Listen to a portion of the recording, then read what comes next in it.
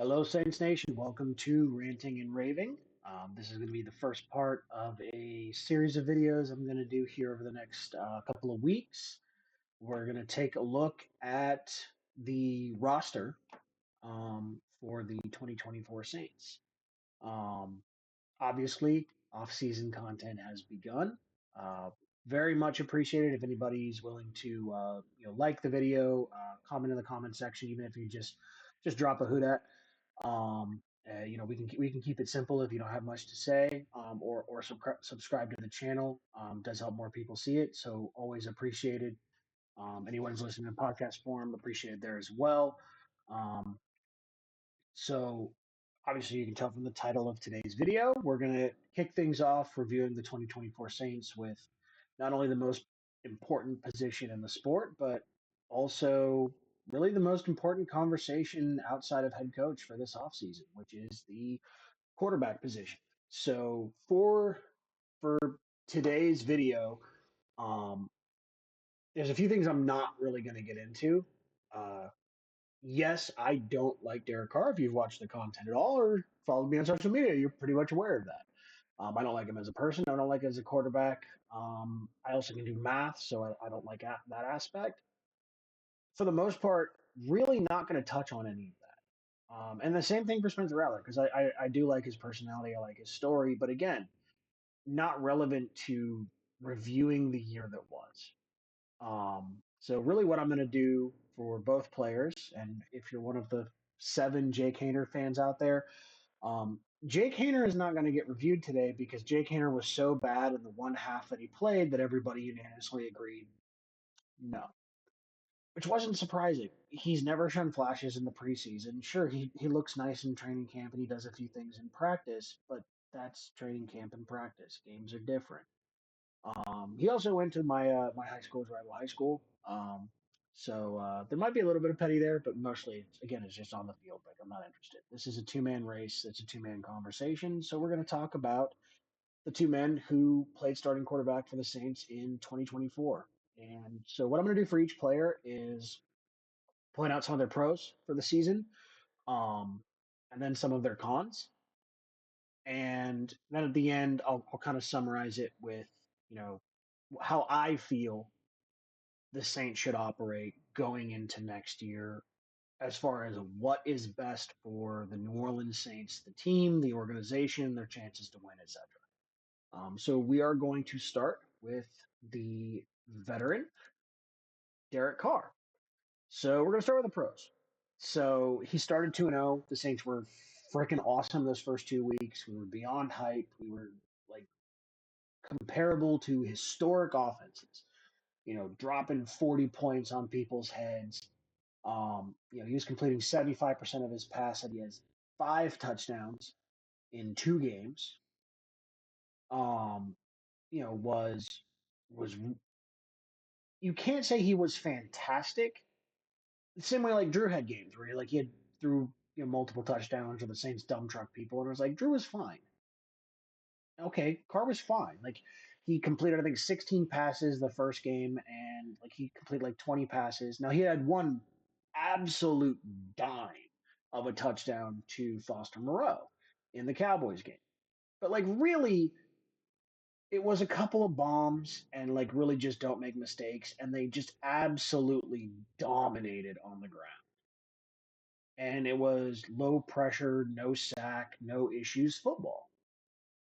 That's not a bad thing for Derek Carr. He did what was asked of him. So like he wasn't fantastic because that would be meaning like he was the catalyst. Like AK was fantastic, Taysom was fantastic. Carr wasn't fantastic in those games. He was fine, and that's all you would expect. If you look at the rest of the season, though, 68% completion the rest of the season outside of those 2 games. So still, like his completion percentage wasn't the problem. It wasn't like Carr was like only completing half of his passes. Um, there's some context there, which we're going to get into. Um, Context is going to be a big part of this video for both players. Um, there is some narrative out there that Carr is awful, or and more specifically, there's certain members like Mike Triplett of the media who loves to gaslight everybody and act like the whole narrative around Derek Carr is that he's a terrible quarterback. And it's not really that. It's that he's not a great quarterback and he doesn't elevate you, which we'll get into that part when we talk about the cons. He had only 5 interceptions in 10 games. He wasn't turning the ball over at a crazy rate. He beat the Atlanta Falcons, the Dallas Cowboys, the Carolina Panthers, New York Giants, and the Cleveland Browns. Carr went 5-5 as the starter. Those are the 5 games that he won. He averaged a 102 quarterback rating in the games that he played. Now, those are kind of your positives. Before I jump into the negatives, I am going to give you. I would. Some of them are caveats, but again, it's really more of just context.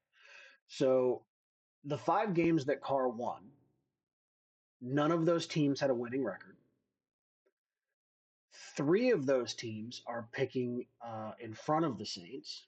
Carolina, the New York Giants, Cleveland Browns, and Dallas is picking right after the Saints. And Atlanta is picking right after that. Atlanta, I think, is picking 15th.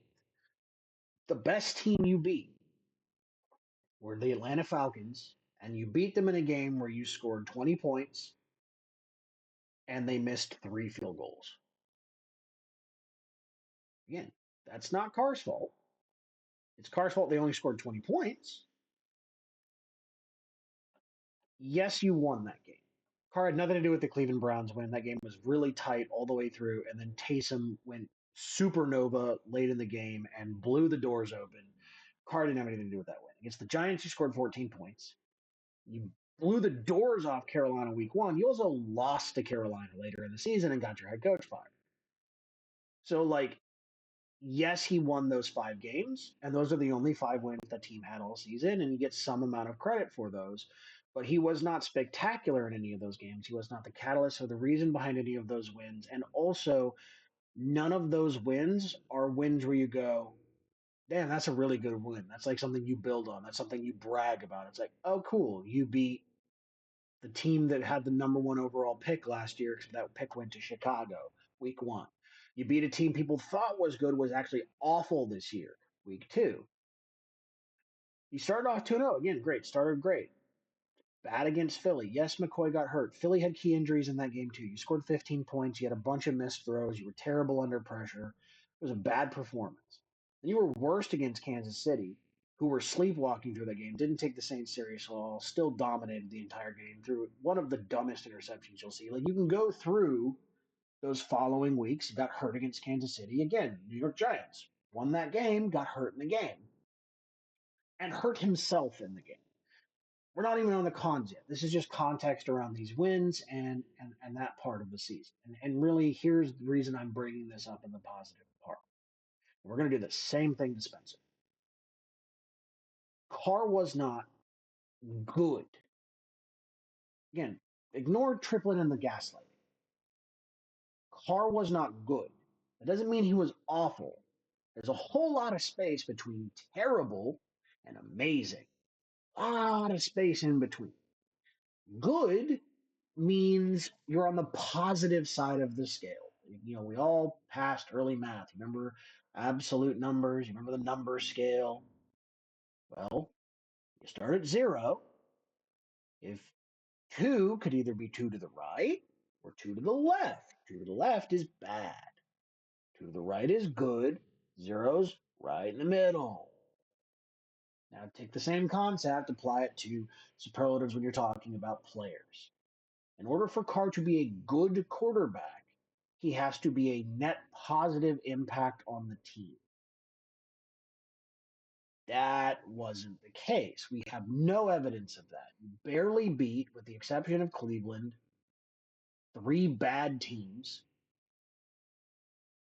and you blew the doors off of 2 bad teams the first 2 weeks, but Carr wasn't the reason why. Now we can talk about cons, some of which I've kind of already covered here. You won 4 games against teams picking ahead of you. He played in 3 of 9. 3 of his 9 games were against playoff teams. That's something that's going to be relevant in a minute. So you lost all of those games. So he played 3 games against playoff teams. You lost them all. The 5 wins were against bad teams. You had 9 games where you're under 250 yards. Now you have one game with 3 touchdowns. So that's nice. But again, if you're going to, and this is towards the bottom, but we'll talk about it now, if you're going to guarantee the player an additional $40 million beyond what you have already paid him, so we're not talking about like dead money or cap hit. We're talking cash out of Gale's pocket into Carr's bank account.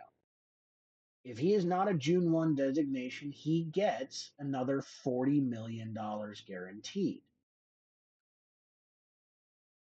Are you going to pay $40 million, 30 plus million per year to kind of sort of beat bad teams, play really, really bad against good teams? Is that performance worth that? That's really the question you're asking. Like you scored 14 points against the Giants. You had that play, and by that play I mean him like all of a sudden being like, "Yeah, we got guys on the team that can do what Taysom does. I'm the guy on the team."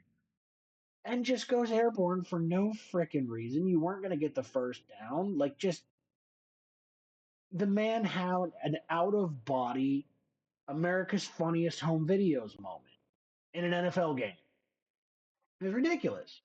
By the way, he scored more than 20 points 3 times after week 2. So you had those first 2 games where they were awesome. Period. The team was awesome. He was fine. The team was awesome. He scored 22 and 24, both of those in losses. The 22 was the loss against Atlanta. You scored 20 against them the next time. Again, we're not poo-pooing like, okay, cool, you scored 20, like that's okay. Are you paying 40 million? Or okay. He had 25 touchdowns in 23, like last year, 2023. Averaged 220 yards a game. It's worse than that this year. I mean, you go, oh, the injuries. Okay, there were injuries. So here's the thing, though. We're going to talk about this in a little bit when we get to Spencer. So Carr was the only quarterback this year who got to play games with the full O line and all of the weapons. Now he had a couple of games where he didn't have his center. The rest of the starting offensive line was there, and so were all of the weapons. You couldn't move the ball. You couldn't score consistently. You played poorly. You only had to play a couple of the playoff teams. You lost to all of them. Where is the incentive to guarantee $40 million? And where does the assumption that this player will win you more games next year? Because you don't have an easy schedule. Now, you don't have a crazy hard schedule, but there's probably, if Derek Carr is your quarterback, somewhere between 3 and 6 wins that you could pencil in if he starts them all. Because also, he's going to be, what, 34? Injuries are now very much an issue. He keeps missing time, missing games, getting banged up. He throws his teammates into injuries. Like, again, we're just talking on the field. That's a thing that happens on the field.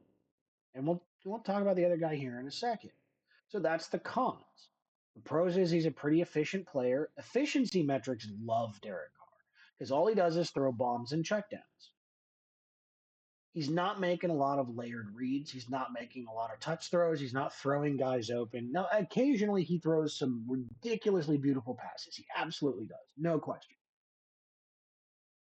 But the rest of the time, not so much. Like he had two drives, especially that second drive against the Giants, that second touchdown drive where he just suddenly remembered that tight ends exist.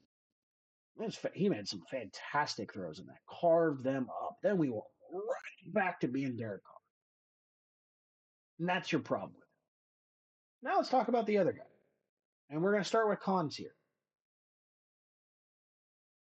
It's so mean for me to choose that photo. It really is. Um, here's the cons with Spencer. I mean, number one, he lost all his starts. So if you really want to be generous, which to a certain degree I do, but it's a stretch. You could argue Spencer did enough to win the game against Washington because that 2 point conversion he threw to Jamal to not to Jamal, who did that go to? Johnson. Um, like it was catchable. It would have been a pretty good catch, but it was catchable. If he catches that, you win the game. He didn't catch it, so you don't get the credit for it. He lost all his starts.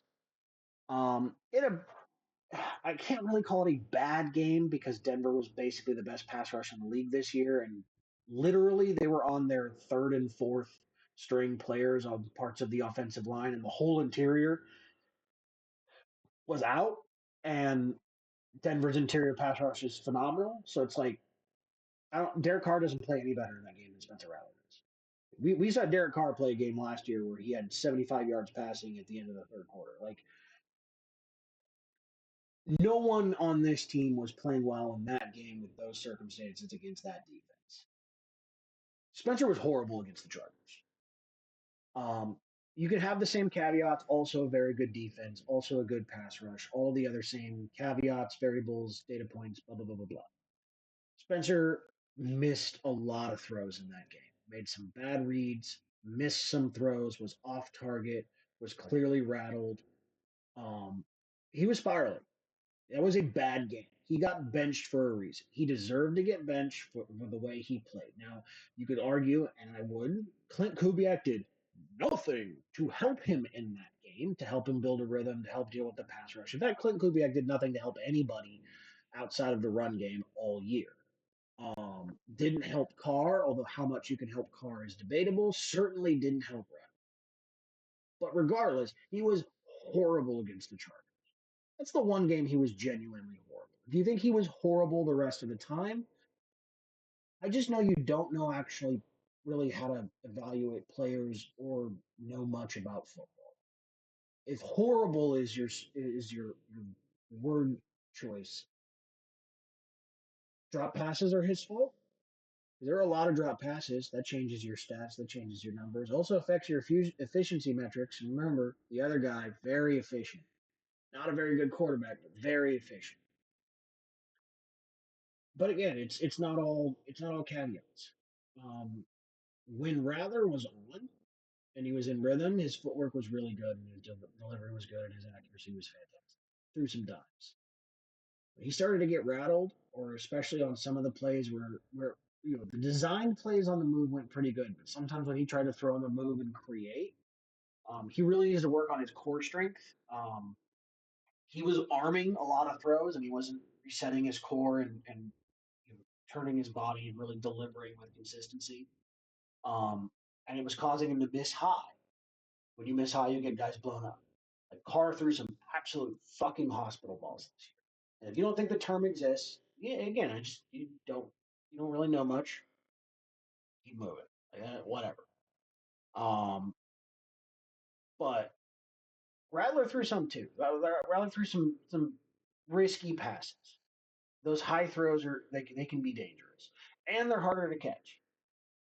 Definitely ran into some sacks. So DTM is doing too much. He was a DTM nominee way too often.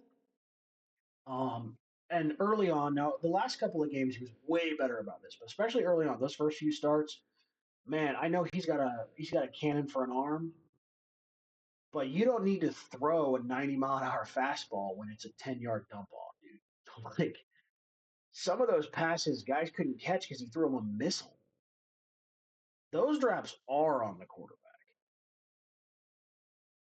So was he a guy who just came in as a rookie and he's got all this quote unquote talent and he blew you away? No. Now, looking at the positives, he played 0 games with all the starters. Yes, that matters. Anyone tells you that doesn't matter, they're an idiot. He's a rookie, number one. Number two, the number one of the biggest excuses that gets made for the other guy who's a 12-year veteran is, but he didn't get to play with everybody, and he didn't play that much better than Rattler. Sure, he won 5 games and Rattler won 0. He played 3 playoff teams, Five of Rattler's six starts were against playoff teams, and he played in 7 games total, and six of those were against playoff teams. He played literally double the number of games against playoff opponents as Derek Carr. You don't expect him to win most of those, and especially without wide receiver one, without wide receiver two, without running back one, without running back two and Taysom, without having the starting full health offensive line for most of that. And even when you have the full health offensive line, your guards are awful. Yes, those caveats matter. Now, you grade the player on their performance within that context. This is what looking past the results actually means, by the way, Mickey. I know you don't actually know how to do any type of analysis, which is why you're so bad at your job. You're terrible at self scouting, but this is actually how it works. So if Rattler escapes pressure and rolls out, throws a great pass, and it's on time and on target to the guy, and the guy drops it, or he rolls out and throws like a 30-yard laser as a touchdown, but one of his offensive linemen gets called for a penalty. If you're looking at the player and the player's performance, and especially if you're doing it in a way to try to project towards the future, that's a positive play for the player. It's a negative play for the team. Two things can be true at once. That happened a lot for him. A ton in the second half against the Bucks, and then they just blitzed it. They got up big, and then they blitzed him into oblivion. And again, bad O line, rookie quarterback, offensive coordinator who does not know how to make any adjustments at all and can't handle dealing with the blitz. Like you start stacking factors and you get annihilated. Again, we're not going to talk about the Denver or the Chargers games because those are really good teams and great defenses, and you didn't have any of your starters. He was awful, even in that context against the Chargers, and had no shot against the Broncos. But you look at the second half against the Redskins. That's the best half of football, of quarterback play. That's the best half of football that happened this year. The teams playing the first 2 weeks against the Panthers and the Cowboys is the best football this year by miles and miles and miles and miles and miles. And that's not a shot at Carr. Again, Carr just didn't have to do that much in those games because they were rolling. Spencer balled in that second half against a pretty good Washington team. They just won a playoff game. He played really well against Tampa Bay in the first half in both games that he played him, especially the final game. That first half he was phenomenal. Played pretty good in the second half, but again, pressure, guys dropping balls, getting by the curve, and also some bad throws too. Like he 100% had some bad throws. The footwork, the stuff we talked about on the negative side, they were absolutely there. Like it wasn't all just it's everybody's fault but his. No, no, no, no, no. He missed some throws. There was some off target stuff. There were a few reads that weren't great. Like, sure, he's on wide receivers 5, 6, and 7, but your tight ends were there, and there were some misses. There were also a lot of really great plays. What is really positive about him is he's a rookie. So this is probably the single most important thing for anybody who is still watching this video, still having this conversation, still looking at these two players and comparing them to understand and remember. One is a rookie starting in highly adverse circumstances, regardless of whether you like the player or not. If you can't acknowledge these are extraordinarily adverse circumstances, especially for a rookie, like you're just a dumbass. The other guy's a 11 year this year. He's going to be going a 12-year veteran next year. Like you're going to be going on to year 12. Yeah, I would expect the other guy to handle those circumstances a little bit better. And that's what he did. He was a little bit better.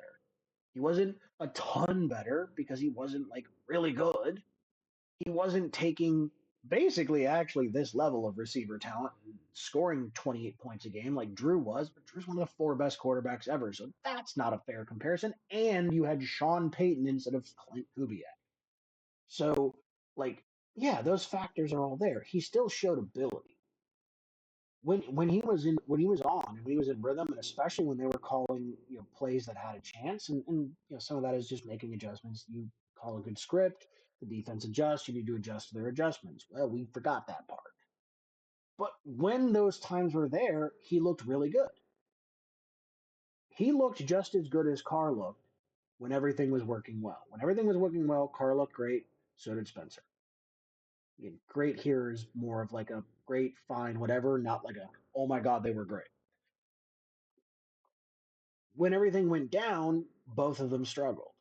Spencer struggled a little bit more, but not that much more. The one game where Carr had no weapons to play with at all, and the O line was played pretty poo, the same way that Spencer had to deal with, he scored 14 points against the Giants.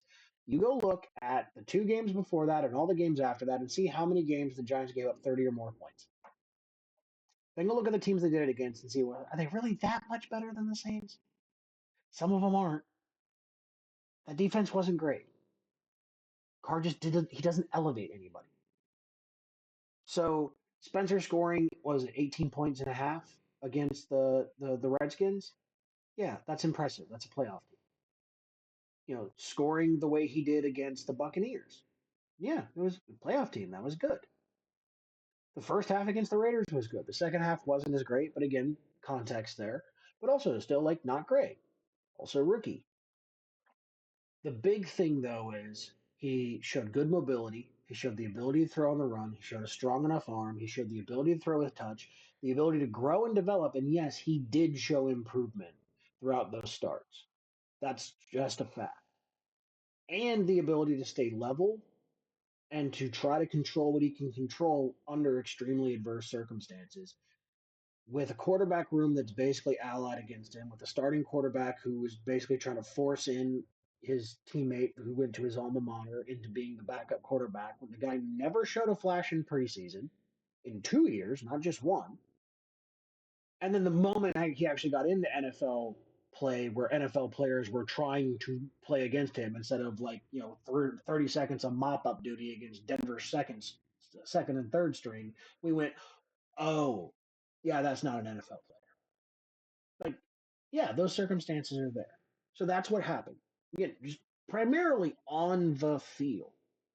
Showed lots of flashes, made some great throws, made some great plays, made some good plays with his legs, showed a lot of potential, but also has a lot to work on. Needs to get more consistent with his footwork, needs to be better with his reads, needs to throw more than just a fastball more often, improve on your touch, know when to use touch, know when to rifle it in, those types of things. Really needs to work on some of his core strength because he has the arm to make some of those off platform throws, but he needs a stronger core in order to be able to execute those throws the way he's trying to do so. All of those things are there. He needs to work on all of that. So here's where we get to the conclusion part of things. Now, this is not going to be some big revelation. I think the Saints should cut Derek Carr as a June 1st designation. It's not, again, but it's not just because I hate Derek Carr. It's as simple as this.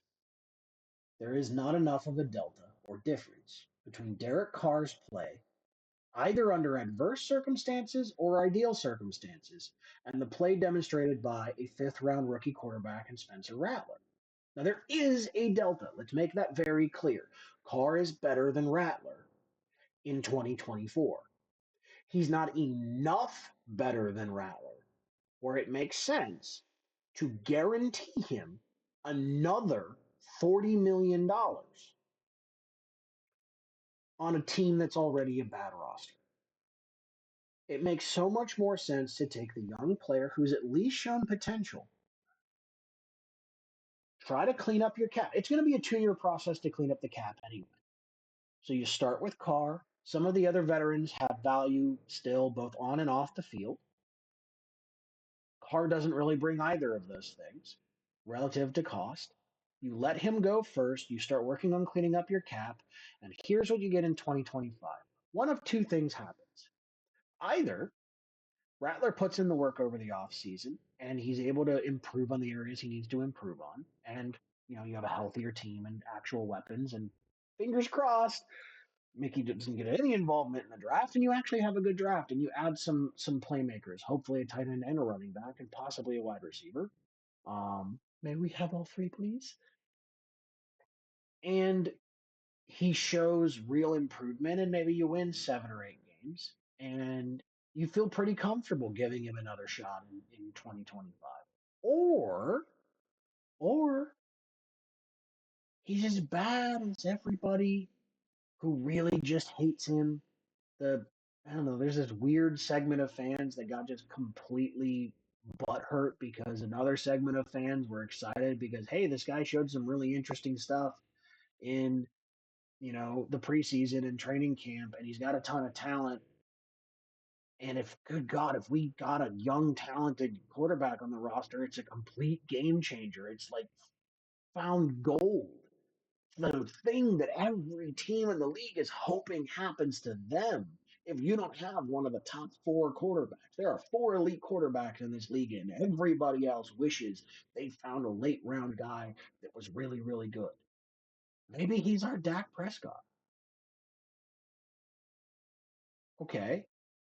So you had people that are excited about that, and you got mad about it. And you got really mad about it. Like, unusually, racially mad about it. Pretty freaking stupid. But hey, maybe those people are right. Maybe Rattler is terrible in 2025 and you win two or three games. And he's turning the ball over and he's fumbling and he's taking sacks and he's reminding you exactly why he was a fifth round pick and he doesn't progress, he actually regresses. Okay. Well, the 2025 draft is probably going to have quite a lot of really good quarterback talent. So you're probably, if you're winning a couple of games, going to be a top 3 or 4 pick. So you're going to have a real opportunity to go after a blue chip guy. Meanwhile, you've helped address your cap and you've hopefully drafted some better players. So that player will actually be able to walk into a better roster and have a better chance of succeeding. That's just team building and roster building. That's the reason why you cut Derek Carr. Spencer Rattler is not a better quarterback than Derek Carr in 2024. Derek Carr is the better quarterback in 2024. There's a real legitimate chance Spencer Rattler may be the better quarterback in 2025. But it's irrelevant because Carr is not good enough to elevate this roster to the point where you have a legitimate chance of winning the division or a playoff game or anything like that. And if you don't have a legitimate chance of that, there's absolutely no reason to play the player $40 million more than you had to and further stretch out your cap and further put other talent in jeopardy and further extend a window of a rebuild that should have started several years ago. It's that simple. So to me, you cut Carr, you start Rattler, you bring in a vet for Rattler to learn from, but also in case of emergency, if he's just god awful, you start the vet, Tyrod Taylor, somebody like that, and you roll with that. That just makes so much more sense. So thank you for watching. Hope you enjoyed it. Let me know if you agree, if you disagree. Again, comment section. If you didn't hate the video, like it. If you did hate the video, like it so other people can see it so they can be just as disappointed as you were. Either way, appreciate you guys. Who that and more content to come.